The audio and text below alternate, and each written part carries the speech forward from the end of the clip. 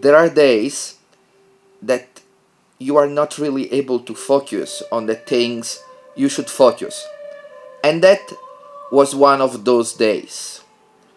So, without further ado, I want to go to a place that preserved the memories of my own profession, the Church of Saint Cecilia.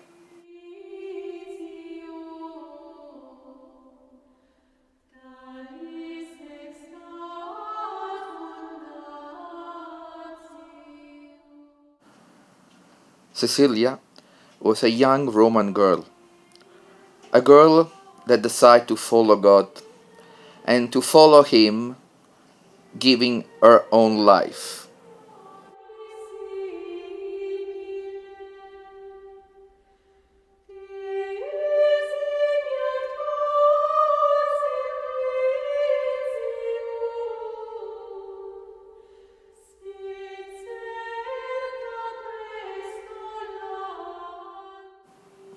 The Church of Saint Cecilia was built in the place where was her own house, and from that time it is a place for devotion and for remembrance of this great young Roman girl.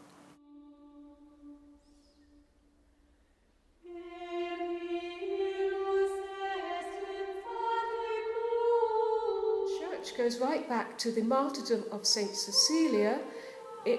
At her death, she gave her property to the Pope as one of the first places of worship above ground. Christianity was persecuted at the time. Then, in 821, when the Grand Basilica was built, Pope Paschal also built a monastery, so there were nuns or monks, we don't know which, to look after the basilica. Finally, in 1527, the Pope of the time invited Benedictine nuns from the Campo Marzio in Rome to come and improve observance. And they are the community that still exists at St. Cecilia, Byzantine in origin. Sister Margaret led me to see a very special place, the first tomb of Saint Cecilia.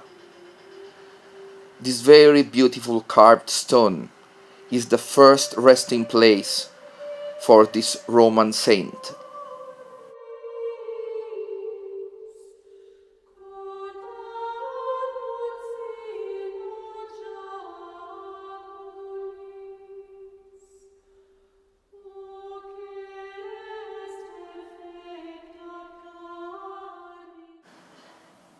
If you are a nun in Saint Cecilia, of course, you should have music at the core of your daily prayer. And indeed, it is like this also for the nuns of Saint Cecilia, that also are Benedictines, so sharing the love of music of this congregation. According to the rule of St. Benedict, liturgical music is at the heart of the day, that we praise God throughout the day at different times. And that those services of praise are sung to a music known as Gregorian chant, a very ancient form of music that's quite different from the music we hear today. And we cannot forget that Saint Cecilia is the saint that protects all musicians.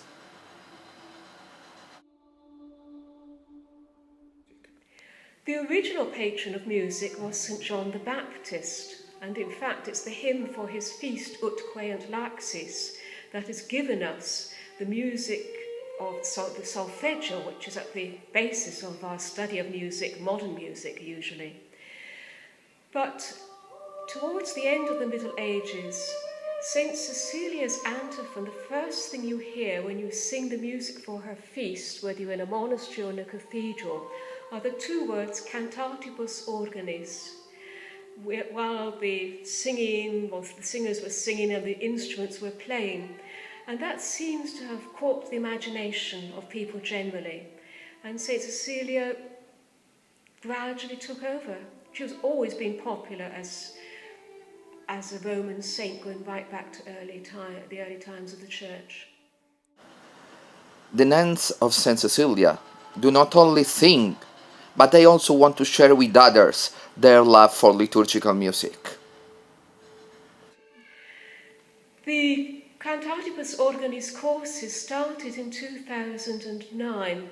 They grew out of a question made to me at meetings of Benedictine women superiors in Rome, requests for young women who've entered religious life to be trained in liturgical music without having to go through an academic course that would last 7 years, and a course that would also give training in spirituality. So that was the birth of the course, which now attracts also lay people, people from not only religious from all over the world, but people also in Italy, all walks of life.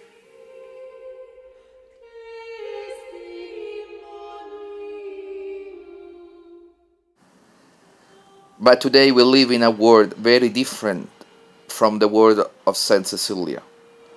So I'm wondering what St. Cecilia can still teach to us today.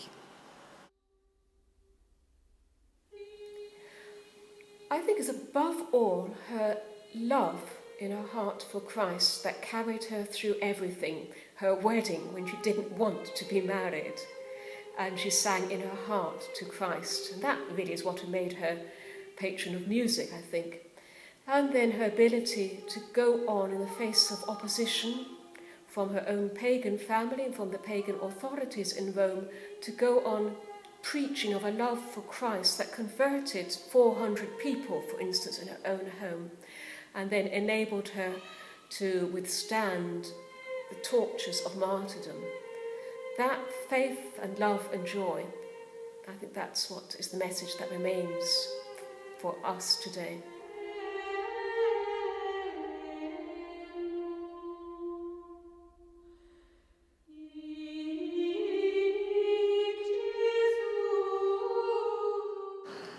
Love and joy. It isn't what really music is all about.